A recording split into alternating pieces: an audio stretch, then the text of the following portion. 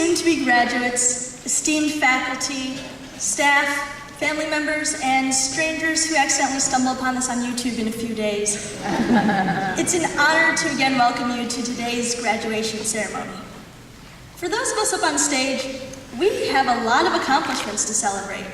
In the past 3 years, we survived snowpocalypse, filled up the TV pit with balloons, driven the CAC office crazy with our record-breaking 1,670 college applications, Woo! And through it all, played a good game against Casper. And when I say good game, I mean GG. Congratulations, IMSA class of 2013. They say that all good things must come to an end. So it's only fair that all bad things must as well. Farewell, internet shut-off, you shall not be missed. Yet, as we're about to begin a new chapter in our lives, it's important that we take a moment to look back upon the last. It's easy to forget that our journey at IMSA began long before sophomore year. For most, it began with the application process, a plea begging, if you let me into your school, I'll happily give up my friends, my family, heck, my life up until this point. Remember when we wanted to go to IMSA so badly, when we yearned to be challenged, when we sought to not only shoot rubber bands, but to calculate the maximum distance they could travel based on elasticity, air resistance, and the trajectory of launch? Yeah, it's been a while. In many ways, I think that we're a lot like rubber bands. Flexible, versatile, elastic. We came into the school from the top of our class, eager to explore the wonders of calculus, and in our free time, assemble and disassemble nuclear bombs and cure cancer. Just 3 years ago at this time, we were taking placement tests.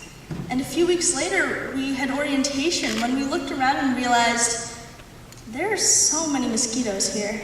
And, oh my gosh, everyone's so unattractive.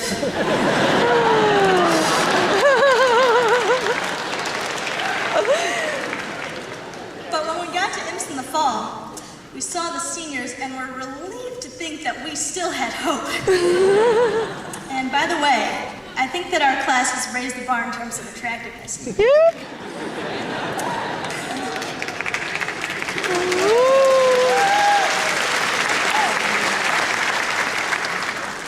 After the seemingly never-ending icebreakers, whatever ice there was to begin with had been hacked into a million small pieces, at which point they melted into water. We stocked up on soda at our first carnival, discovered how much we missed home-cooked food at our first Friday Fest, and bonded over the lack of heat on IMSA's first snow day in a long time. Of course, we also struggled through problem sets, found ourselves hopelessly lost in science classes, and chugged can after can of Mountain Dew to finish our victory summatives. Now at the time, sophomore year may have seemed like the most challenging year of our lives, but looking back, overall it was a happy time. Junior year, we discovered that the struggle was real. Classes were harder, standardized testing ate up our weekends, and just when we thought we could catch our breaths, SIR yanked away our precious I-days. Happy hour was replaced with hermit hour as most of us began staying in our rooms to do homework. We narrowly escaped junior year, only to be tossed headfirst into first semester senior year. This time around, some of us didn't even have time to attend our last carnival. Sleep must have been a subconscious recollection from the past. Like this rubber band, we didn't think it was possible for us to be stretched even further, but senior year was just like junior year, except with a mountain of college applications weighing us down. Even second semester, our workload failed to magically vanish. Clubs continued piling responsibilities upon our weary shoulders, and even prom came straight after AP Stats. As we examine ourselves, we find that we're stretched out as this rubber band. Pull any harder, and it'll snap. But release it, and it'll fly. While we failed to appreciate IMSA while we were scrambling to finish a paper at 2 in the morning, maybe IMSA was providing us the tools we need. Maybe IMSA was teaching us important life lessons. Maybe IMSA was stretching our minds like rubber bands so that we'd soar the moment we left. But with great power comes great responsibility. Amidst the onslaught of clubs and tests and grades and college apps, are we still headed in the right direction? Have we forgotten who we are?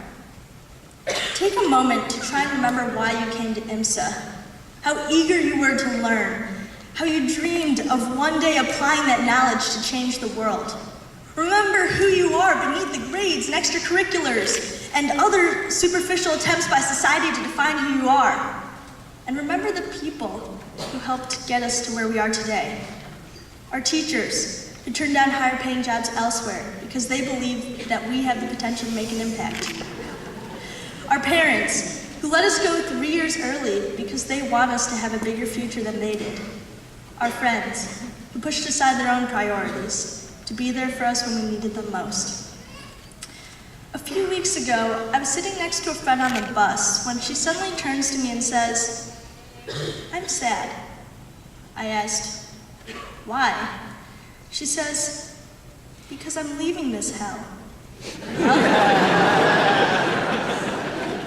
This endearing hell that brought us together. This past year has been full of lasts. The last homecoming week, the last clash of the halls. Yesterday was my last shower. At IMSA, I mean. And today, right now, it's the last time that all 192 of us will ever be in the same room again. Today we stand poised upon the fence dividing high school and college, childhood and adulthood, security and independence. And we have a choice to make. Either we can let the chaos obscure our view, let go of what we've been working towards for the past 3 years, and collapse into the YOLO culture, the culture of not caring. Or we can pick ourselves up, take a deep breath, and reorient ourselves toward our initial goals of learning and pursuing our passions, so that the experiences we've had at IMSA can fling us to success in college and beyond. Thank you.